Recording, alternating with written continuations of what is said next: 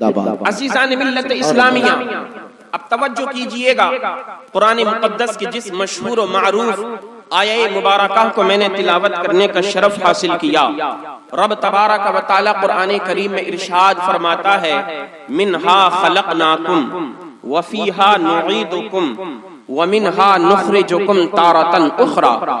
آپ بھی جانتے ہیں، میں بھی جانتا ہوں، اہل اسٹیج جانتے ہیں، آپ میں سے ہر بچہ، ہر فرد مسلمان کا جانتا ہے یہ قرآن کریم کی آیت ہے، لیکن اس کو ایک خاص وقت پر دعا کے طور پر پڑھا جاتا ہے۔ جانتے نہیں جانتے آپ حضرات؟ نہیں جانتے؟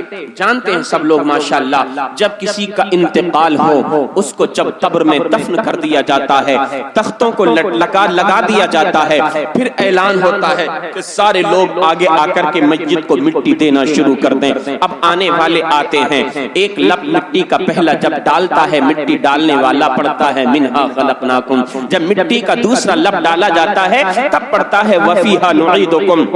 جب تیسرا لب مٹی کا ڈالا جاتا ہے تب پڑھتا ہے ومنہا نخرجکم تارۃ اخری۔ اے نبی کے پیارے دیوانوں، کبھی تم نے اس آیت کے ترجمے پر غور کیا؟ کبھی تم نے قرآن مقدس کی اس آیت کی تفسیر پر غور کیا؟ عزیزان ملت اسلامیہ، اب میں ایک بڑا خاص پیغام آپ کو دے دینا چاہتا ہوں۔ عزیزان محترم، جب کسی کے باپ کا انتقال ہو جائے، کسی کے بھائی کا انتقال ہو جائے، کسی کی بہن کا انتقال ہو جائے، کسی کی ماں کا انتقال ہو جائے، کسی کے رشتہ دار عزیز و اقارب کا جب انتقال ہو جاتا ہے، انتقال ہو جانے کے بعد اس کو نہلایا جاتا ہے، نماز جنازہ پڑھی جاتی ہے۔ جب میت کو قبر میں اتار دیتے، مٹی دینے کا وقت آتا ہے، تب اس دعا کو پڑھا جاتا ہے۔ اے نبی کے پیارے دیوانوں، اس آیت کی حقیقت پر غور کرنا۔ اللہ تبارک و تعالیٰ کا قرآن کریم میں فرمان ہے منہا خلقناکم، جس کا ترجمہ ہے اللہ تبارک و تعالیٰ انسان کو بار بار اس کے ضمیر کو جھنجھوڑتا ہے، اے غفلت کی نیند میں سونے والے انسان، جاگ جا، بیدار ہو جا، ہم نے تجھ کو اسی زمین سے، اسی مٹی سے تجھ کو پیدا فرمایا ہے۔ اللہ کا فرمان ہے منہا خلقناکم، کہ ہم نے تم کو اس زمین سے، اس مٹی سے پیدا فرمایا۔ دوبارہ پڑھتے ہیں وفیہا نعیدکم۔ اللہ کا فرمان ہے اے انسان، پیدا بھی میں نے تجھے مٹی سے فرمایا تھا، لیکن جب تک میں نے چاہا تو اپنی زندگی میں رہا، اپنی دنیا میں رہا، عالیشان مکان بنایا، ایئر کنڈیشن گاڑیوں میں تو نے سفر کیا، اللہ اللہ دنیا کی بے شمار دولت تو نے کمائی۔ اے میرے بندے سن سن، جب تک تیری سانسیں باقی تھی تو نے اپنی زندگی میں بڑا عیش کیا ہے، لیکن یاد رکھنا آج تو اپنی زندگی کو خیر آباد کہہ کے، اس دنیا کو خیر آباد کہہ کے آج دوسری دنیا میں آ گیا ہے، تجھ کو آج قبر کے اندر دفن کر دیا گیا ہے۔ اللہ تبارک و تعالیٰ کا فرمان ہوتا ہے اے بندے، ہم نے تجھے پیدا بھی مٹی سے کیا تھا اور تجھ کو دوبارہ مٹی میں لوٹا دیا گیا ہے، مٹی کے حوالے تجھ کو کر دیا جا رہا ہے۔ ہاں ہاں، ایک ایسا بھی دن آئے گا، ابھی تیری زندگی کا قصہ ختم نہیں ہوا ہے، ابھی تیری زندگی کے ایام ابھی ختم نہیں ہوئے ہیں، ابھی تیری زندگی کے جو لمحے ہیں، جو تیری زندگی کے مقامات ہیں، ابھی وہ ختم نہیں ہوئے ہیں۔ ہم سب سے پہلے اپنی ماں کے پیٹ میں تھے، اس سے پہلے عالم ارواح میں تھے۔ جب تک رب نے چاہا ہم دنیا کے اندر جیے، جب تک رب نے چاہا ہم دنیا کے اندر سانسیں لیتے رہے، لیکن ایک دن ہمارا ایسا بھی آ گیا جب ہماری موت کا وقت تھا۔ اے نبی کے پیارے دیوانوں، اب ذرا آپ سوچو تو صحیح، جب موت کا وقت آتا ہے تو موت آنے سے پہلے یہ نہیں دیکھتی ہے کہ کس کی گود اجڑ جائے گی، کس کا سہاگ لٹ جائے گا، کس کی زندگی تباہ ہو جائے گی، کس کا گھر خالی اور ویران ہو جائے گا۔ عزیزان ملت اسلامیہ، موت تو یہ بھی فکر نہیں کیا کرتی ہے کس کے ماں باپ کے دل کو کتنا گہرا صدمہ پہنچے گا، کس کے بھائی کے دل کو کتنا گہرا صدمہ پہنچے گا۔ اے نبی کے پیارے دیوانوں سنو سنو، اگر تم چاہتے ہو کہ اولاد کی قدر تمہیں معلوم پڑ جائے تو جاؤ اس گھر میں جا کر کے دیکھ لو کہ جس کی شادی کو 1-2 سال نہیں 10-10 20-20 اور 50-50 سال کا زمانہ گزر گیا ہے، لیکن اب ابھی تک وہ اولاد کی دولت سے محروم ہے۔ اے نبی کے پیارے دیوانوں سنو سنو، اگر تم اولاد کی حقیقت کو جاننا چاہتے ہو، ان گھروں کا سفر کرو، ان گھروں کا دورہ کرو کہ جن گھروں میں اولاد نہیں ہے۔ عزیزان محترم، وہ اولاد کی دولت کی خاطر اپنا سارا مال قربان کرنے کے لیے تیار ہے، اپنی ساری دولت قربان کرنے کے لیے تیار ہے کہ کاش میرے اولاد ہو جائے، اللہ تبارک و تعالی پھول سی بیٹی مجھے عطا فرما دے، رب ذوالجلال چاند سا چمکتا ہوا چہرے والا بیٹا مجھے عطا فرما دے۔ اللہ اللہ، جاؤ جاؤ، اگر اولاد کی حقیقت کو پتا کرنا ہے، اس گھر میں جا کر کے دیکھو، اس ماں کے کلیجے سے جا کر کے پوچھو جس کی اولاد نہیں ہے، اس باپ کے دل سے جا کر کے پوچھو جس کی اولاد نہیں ہے۔ اے نبی کے پیارے دیوانوں، تب آپ کو پتا چل جائے گا اولاد کی دولت ہے کتنی بڑی، اولاد کی نعمت ہے کتنی بڑی۔ ہاں ہاں، لیکن جب انتقال ہو جاتا ہے اسی اولاد کا، کہ جس اولاد کی ساری منتیں اس نے اپنے اس کے بچپن میں ساری منتوں کو پورا کیا تھا، بیٹا جب رات کی تاریکی میں اپنے والد کو پکارتا تھا، باپ لبیک کہتا ہوا بیٹے کی بارگاہ میں آ جاتا تھا، ننی ننی ننی منی بیٹی جب اپنی ماں کی آغوش میں تڑپتی تھی، ماں کا کلیجہ پھٹ جایا کرتا تھا، ماں اپنا چین و سکون بھول جایا کرتی تھی، اپنی بیٹی کی ہر خوشی کی خاطر اپنا ایک ایک لمحہ قربان کر دیا کرتی تھی۔ جب یہی اولاد پال پوس کر کے بڑی ہو جاتی ہے، اس کے ماں باپ اس کی شادی رچا دیا کرتے ہیں۔ ہاں ہاں، اگر اچانک کسی کے بیٹے کا انتقال ہو جائے تو پھر اس باپ سے جا کر کے پوچھو کہ جس کے جوان بیٹے کا انتقال ہوا ہے، اے باپ بتا تو صحیح، آج تیرے بیٹے کا انتقال ہو گیا، بتا تیرے دل پر کیا کیفیت گزر رہی ہے، اے شخص بتا تو صحیح، آج تیرے دل کو کتنا صدمہ پہنچا ہے۔ قسم خدا کی آپ اتنا بولیں گے، اچانک اس کی آنکھوں سے آنسوؤں کے قطرات ٹپکنے شروع ہو جائیں گے۔ ہاں ہاں، جاؤ جاؤ، ان لوگوں سے جا کر کے پوچھو کہ جن کی بیٹی جوانی میں انتقال کر جاتی ہے، کہ جو اپنی بیٹی کو ہر وقت ہنستا ہوا اور کھیلتا ہوا دیکھنا چاہتے تھے، جب ان کی بیٹیوں کا انتقال ہو جاتا ہے، قسم خدا کی ان کی کمر ٹوٹ جایا کرتی ہے، زندگی کے سارے ارمان ختم ہو جایا کرتے ہیں، زندگی کی ان کی باغ دور ختم ہو جایا کرتی ہے۔ اب ان کو ایسا لگتا ہے ہم زندگی تو گزار رہے ہیں مگر ہماری زندگی گزارنے کا مقصد اب باقی نہیں رہا۔ اے نبی کے پیارے دیوانوں، بتانے کا مقصد یہ ہے، جب موت آتی ہے یہ نہیں دیکھتی ہے کس کے باپ کو صدمہ پہنچے گا، کس کی ماں کا کلیجہ پھٹ جائے گا، کس کے بھائی کے دل کو ٹھیس پہنچے گی۔ جب موت کا وقت آتا ہے انسان اس دنیا کو رخصت کر دیتا ہے، اس دنیا کو الوداع کہہ دیتا ہے اور قبر میں پہنچ جایا کرتا ہے۔ اے نبی کے پیارے دیوانوں، جب تک اللہ نے چاہا ہم دنیا میں رہے، جب تک رب چاہے گا ہم اپنی قبر میں رہیں گے۔ ہاں ہاں، اس قبر کے بعد ایک اور نئی زندگی کا آغاز ہوگا جس کو عالم جو ہے قیامت کہا جاتا ہے، جس کو عالم محشر کہا جاتا ہے۔ عزیزان ملت اسلامیہ، جب ہم کو بعث بعد الموت ہمارے ساتھ ہوگا، یعنی ہمارے انتقال کے بعد دوبارہ جب ہم کو اٹھایا جائے گا، تو جو انسان اپنی اپنی قبر میں جس حالت میں پڑا ہوگا، اللہ تبارک و تعالی کا فرمان ہوگا، رب ذوالجلال سب سے پہلے حضرت اسرافیل علیہ السلام کو زندہ فرمائے گا۔ رب کا حکم ہوگا، اے اسرافیل سور پھونکو۔ حضرت اسرافیل سور پھونکیں گے، سارے کے سارے لوگ اٹھ کر کے میدان محشر میں جمع ہو جائیں گے۔ عزیزان ملت اسلامیہ، قرآن مقدس کی اس آیت کا یہی مطلب ہے، وَمِنْهَا نُخْرِجُكُمْ تَارَةً أُخْرَى، کہ ہم ایک نہ ایک دن ایسا بھی آئے گا تم کو اسی زمین سے نکالیں گے، میدان محشر میں جمع کر دیں گے۔ اللہ اکبر، اللہ اکبر۔ اب اے نبی کے پیارے دیوانوں، ہمیں پتا چل گیا اللہ نے ہمیں پیدا فرمایا مٹی سے، ہم جب تک دنیا میں اللہ نے چاہا رہتے رہے، لیکن ہم پھر قبر میں پہنچ گئے، مٹی کے اندر پہنچ گئے۔ جب دوبارہ ہم کو اٹھایا جائے گا تو پھر اسی مٹی سے اٹھایا جائے گا۔ اب قرآن مقدس کی اس آیت کو آپ نے سمجھ لیا، اب چلو بریلی کے امام احمد رضا خان کی بارگاہ میں چلتے ہیں۔ تو بریلی کے امام عشق و محبت کنز الکرامت سیدی سرکار اعلیٰ حضرت نے اس آیت کا ترجمہ بڑے خوبصورت الفاظ میں فرمایا۔ بریلی کے امام احمد رضا خان پکار اٹھے، ہم خاک ہیں اور خاک ہی ماوا ہے ہمارا۔ بولو محبت سے سبحان اللہ۔ اعلیٰ حضرت نے فرمایا ہم خاک ہیں اور خاک ہی ماوا ہے ہمارا.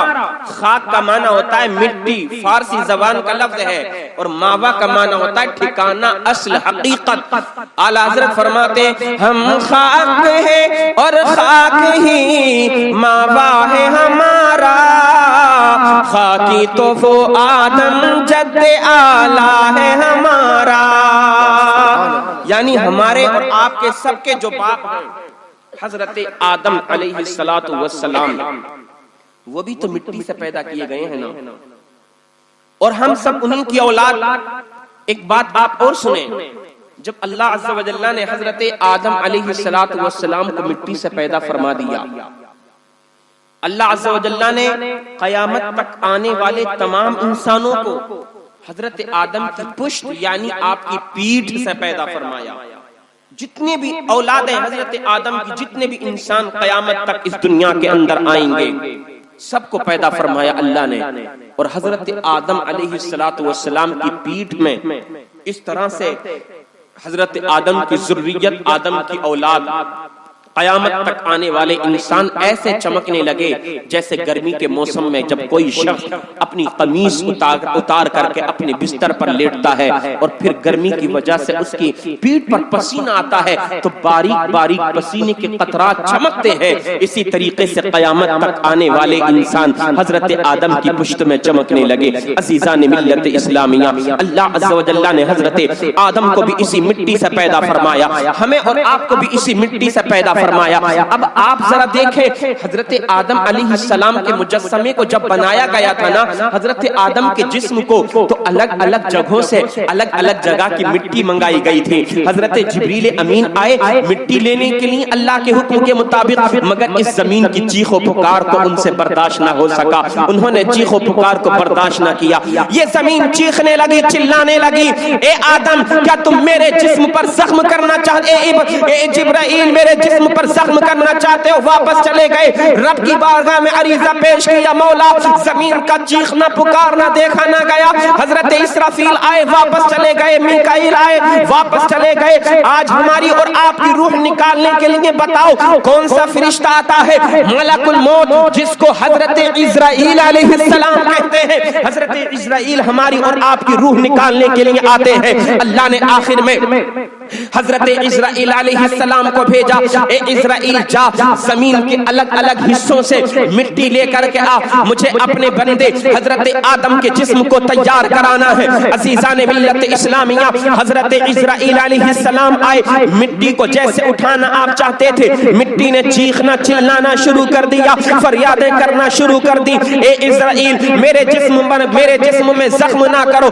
حضرت عزرائیل نے ایک فریاد نہ سنی. اب میرے بھائیو ذرا آپ اندازہ تو لگاؤ، جب کسی کے بیٹے کا انتقال ہوتا ہے تو باپ کتنا تڑپتا ہے، جب کسی کے بھائی کا انتقال ہوتا ہے بھائی کتنا تڑپتا ہے، کسی کی بہن کا انتقال ہوتا ہے بہن کتنا تڑپتی ہے، کسی کی ماں کا انتقال ہوتا ہے اولاد کتنا تڑپتی ہے. چیخ و پکار ان کی اتنی خطرناک ہوتی ہے کہ برداشت نہ ہو پاتی، آنکھوں سے دیکھا نہیں جاتا. اے نبی کے پیارے دیوانوں، یہی تو حضرت عزرائیل علیہ السلام ہے. جب روح نکالنے کے لیے آتے ہیں یہ نہ سوچتے باپ کا کلیجہ پھٹ جائے گا. حضرت عزرائیل آتے ہیں روح نکالنے کے لیے، یہ نہ سوچتے بھائی کیا بھائی کا بڑا بھائی کو بڑا صدمہ پہنچے گا، یہ نہ سوچتے ہیں کہ ماں کو بڑی تکلیف ہوگی. اللہ کا فرمان ہوتا ہے اے عزرائیل جا فلاں شخص کی روح نکالنی ہے. عزرائیل آتے ہیں روح نکال کر کے لے کر کے چلے جایا کرتے ہیں. اب اے نبی کے پیارے دیوانوں آپ ذرا اندازہ تو لگاؤ، جوان جوان لاشیں ہمارے درمیان سے اٹھائی جاتی ہے،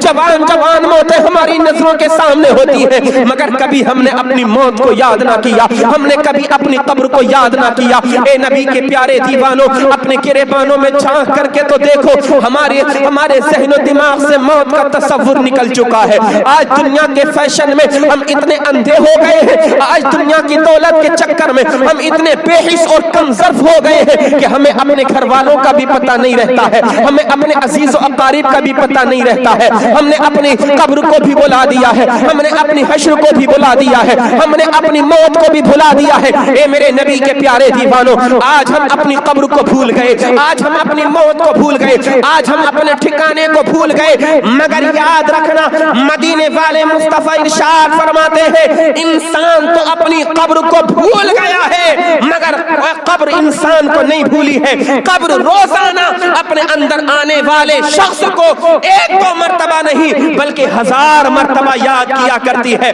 قبر پکارتی ہے, چیختی ہے اپنے اندر آنے والے کو, جس کی چیخ و پکار کو انسان اور جنات کے سوا تمام مخلوق خدا سنا کرتی ہے.